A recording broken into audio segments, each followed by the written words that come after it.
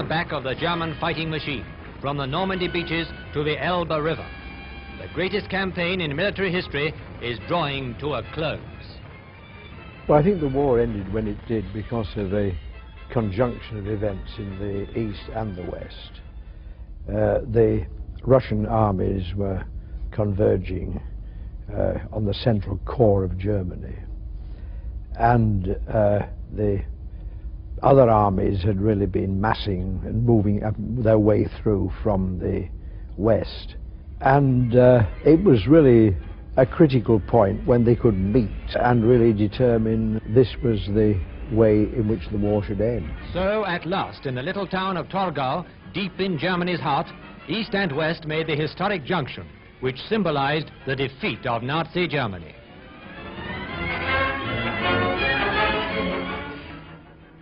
Everybody knew that it was only a matter of days before it was going to end. And I don't know how many times I heard people say, I don't want to be the last person killed in this war. So you tended to be just, a little bit cautious. On the 6th of May, 1945, I was called by the Colonel to Monty's caravan. And he said, now, he said, Sergeant Kirby, he said, we want you to report at 7 a.m. tomorrow at this map reference on Lunenburg Heath. And I said, excuse me, sir, but might I know where we're going? He said, he produced an envelope from his pocket. And he said, that, my boy, is the end of the war. I don't know what I said, whether I said something stupid like cool, or I don't think I don't think I said anything, but I felt like singing, dancing, the end of the war. We knew it was coming, but this was the actual thing happening. Now, we've assembled here today to accept the surrender terms. The German command to carry out at once Commander-in-Chief, 21st Army Group. This to include all naval ships in these areas. And the German delegation will now sign this. What I did feel was the end of all this misery. It's the end of separation, the end of fear, being afraid, frightened of what was going to happen. One of the tank commanders heard on the radio, on his radio, that they had heard that peace had broken out, and so we were told to stop where we were. We got strafed for 2 planes just before the armistice was signed, and we thought, no, it's not finished yet. But I think between 12 and 1 o'clock, armistice was signed, and the cheer went up. It was terrific. I've got the Bren gun, but most other folks don't.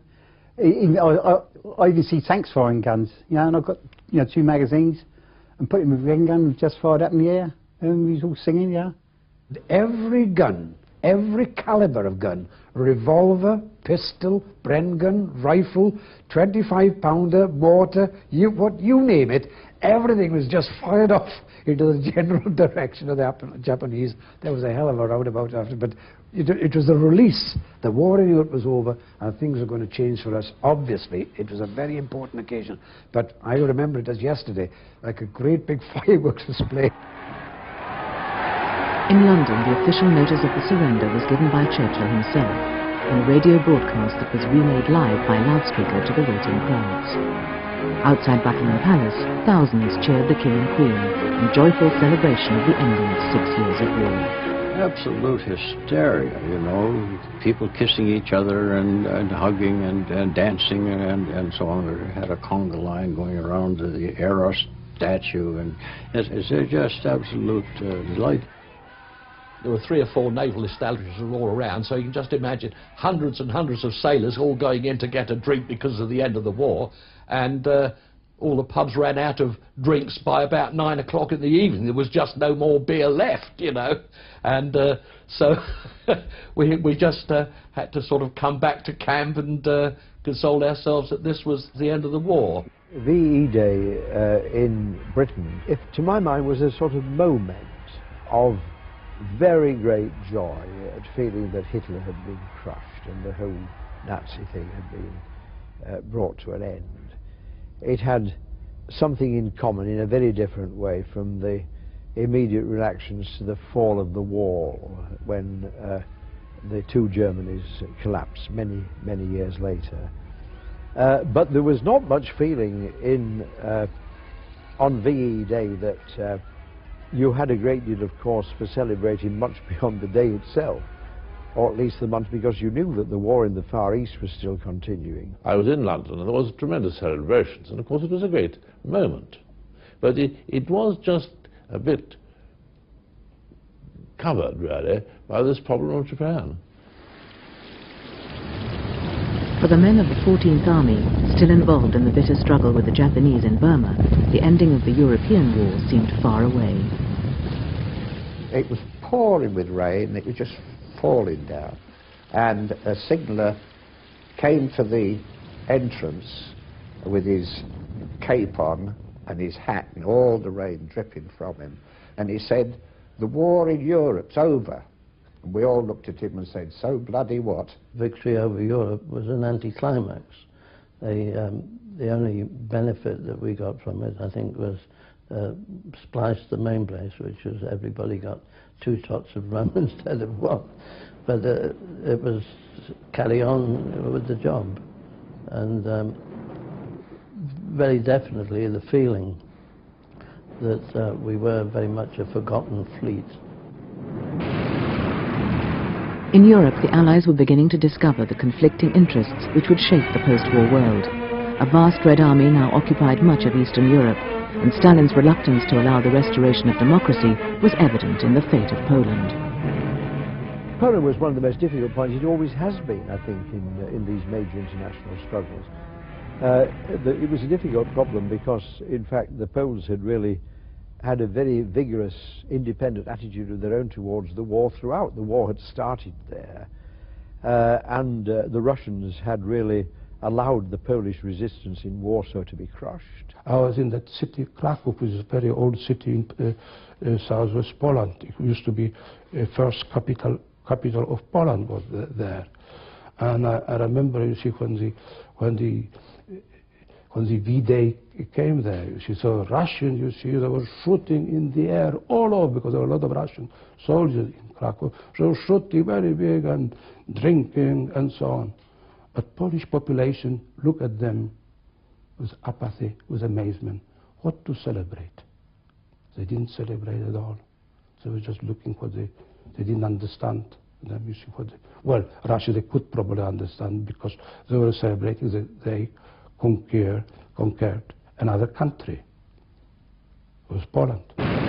In Germany, the war had reduced the country to ruins, and the Allies now faced the task of reconstruction. The word used was rehabilitation. Is a very abstract word to use for what was in fact a very practical set of issues. People had been moved, houses had been destroyed, there had been no paint, there was a terrible mess. You had to have recovery along with reconstruction. It was very unpleasant for the Germans, and they were having a very hard time indeed. And I don't think it's surprising that there's always been a feeling for a long time. There must be many Germans who were pretty resentful as to the way they were treated and what happened to them after the end of the war, particularly, of course, in Eastern Germany. And at the same time, there were a good many British troops who were there, who were fed up with the whole thing. And so it was a pretty unpleasant place. When this war is over, he said, "You probably think you're all going to go home." He said, "No." He said, "There are jobs to be done. We've got to get the doctors back to work, the teachers back to work, the builders and the bricklayers back to work, and the plumbers and the bridge builders and the road menders. We've got to get them all back to work." And so it was stupid to carry on this business of non-fraternization with the enemy, because we needed the enemy to help rebuild his own country. The British, French, American and Soviet armies now found themselves with the mammoth task of rebuilding the infrastructure of a shattered state. restoring sanity and order amidst chaos. This became the foremost task of peace. Back in Britain, the enormous cost of waging war had left the country close to bankruptcy, and in spite of the optimistic note, life for the returning hero promised austerity and hardship. Clothing stores for men on demobilization have been set up. There's plenty to choose from, every size of every article.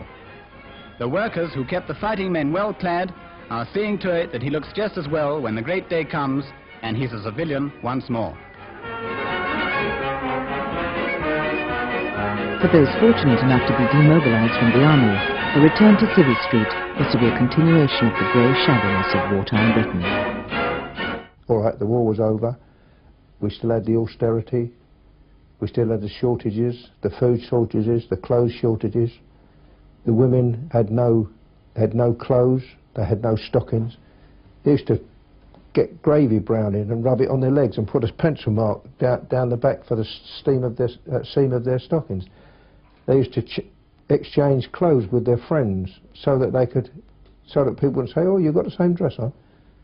At the end of the war, my family, we were living on Swedes and potatoes. Literally every meal was Swedes and potatoes and a little milk. But we couldn't cook them ourselves because we didn't have any gas or anything like that, and we had a little trolley cart on wheels, and Mother used to put the potatoes and Swedes in this sort of tin thing, and I actually used to have the job of going down to the baker's. What used to be the baker's was now called the baker's oven, and they would cook it, and then we'd go and fetch it and bring it back and have our meal that way. We were still rationed. I still had to queue up at the butcher's with the babies, and there were not many baby clothes about, but they had marvellous exchange systems going, run by the WVS, I think, among other people. And so we all the young mums got to know each other. We handed on clothes and things like that. And the rations were quite severe still. A tangible sign of change was evident in the 1945 general election, the first the country had seen for 10 years. Nobody imagined originally, I suppose, that there would be anybody other than Churchill as Prime Minister. And it was an amazing change for everyone in 1945. All our troops were actually voting Labour at the time. It was interesting. Very large number of them. Churchill, in a way, was the man for the war, they said, but active fact was the man for the peace. I mean, it wasn't all that surprising. There were large numbers of people who did feel that they did not want to go back to the conditions of 1939. They certainly didn't want to go back to the unemployment of the 1930s. And there was also a feeling too, which had been cultivated by the social reconstruction proposals that had been made during the war, that you had to have new ways of dealing with health, with housing, with education and so on in the future. And I think people felt, even if they believed that Churchill was the greatest war leader in the world, that he was not necessarily the kind of person who would usher in that new phase in post-war history. The new Labour government introduced the social legislation which was to establish the welfare state. In future, society would assume a degree of responsibility for the protection of the individual and the family. The government was also committed to furthering the spirit of international cooperation which had come out of the war. World attention centers on Washington, as in the State Auditorium, representatives of 12 nations of Western Europe and North America assemble for the signing of the North Atlantic Treaty. Foreign Secretary Ernest Bevin voiced the aims of the treaty. At last, democracy is no longer a series of isolated units. It has become a cohesive organism determined to fulfill its great purpose. But it's not the final end. We shall pursue with every endeavor the building up of a truly universal United Nations, to which this group of countries will be no mean contributor. I think many people realized that the war, particularly with the atomic bomb now in existence, was no longer a feasible mode of dealing with any international problems. And there was a great deal of trust in Britain in the United Nations organization. There was also a feeling, I think, in Britain that we ourselves should set some kind of moral example in relation to the rest of the world. But the fact, of course, that Russian power, Soviet power, had consolidated itself in Eastern Europe gave one the illusion that there were two blocks in a kind of way which were in control. But underneath the surface, I think all the forces that were at work before the war, indeed even before the First World War, were still at work during this period. So that when the division into the two blocks finally came to a close, and it had gone through different periods of history, then I think you unleashed history. Far from being the end of history, I think this was the unleashing of history, which will take us into the 21st century.